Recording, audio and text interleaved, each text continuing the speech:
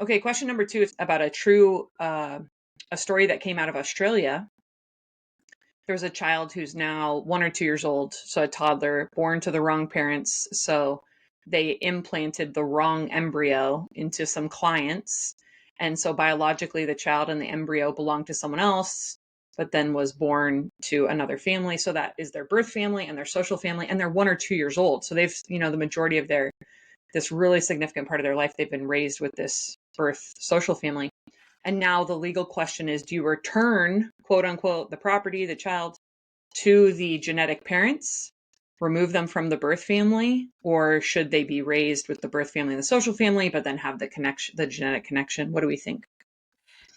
So very interestingly, what the law would have said, in the United States, at least, going back not just decades, but like to colonial times, is the child belongs to the genetic parents, that biology trumps a contract. In fact, we didn't used to contract for children. That's a modern innovation. And it's actually something that should like kind of pique our interest in going, why have we never had contracts for children in the past? It's because we assumed that there was a pre-political right and relationship between genetic parents and their own offspring that the government wasn't supposed to touch. They were supposed to recognize it as a right and protect it. They weren't supposed to create it.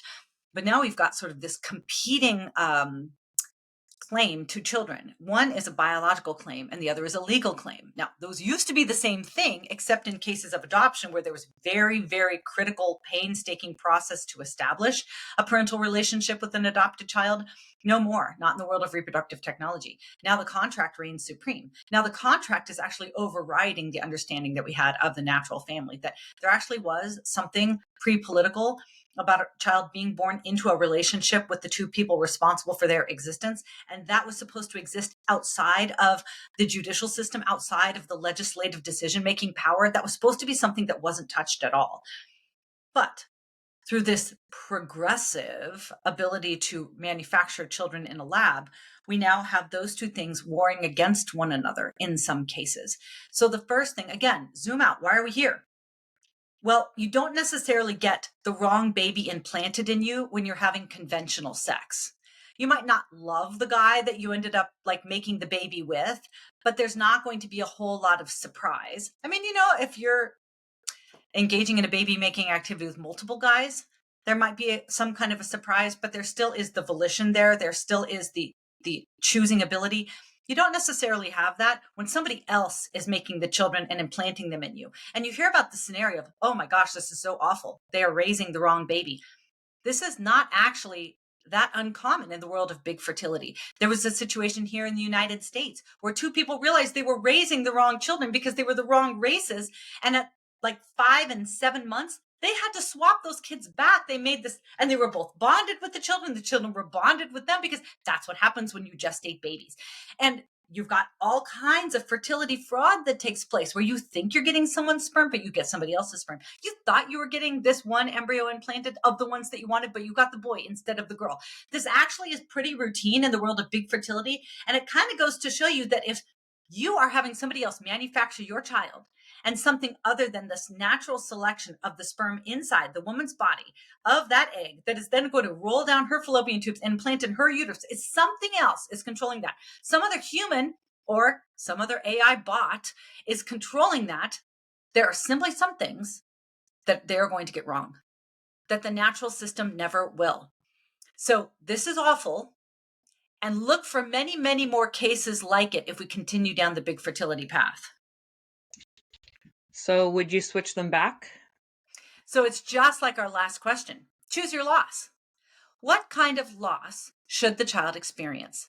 Should they have the disruption of having what is probably a close, loving bond with the two people, the only two people they've known since birth, especially with the woman that they've known from the moment of implantation?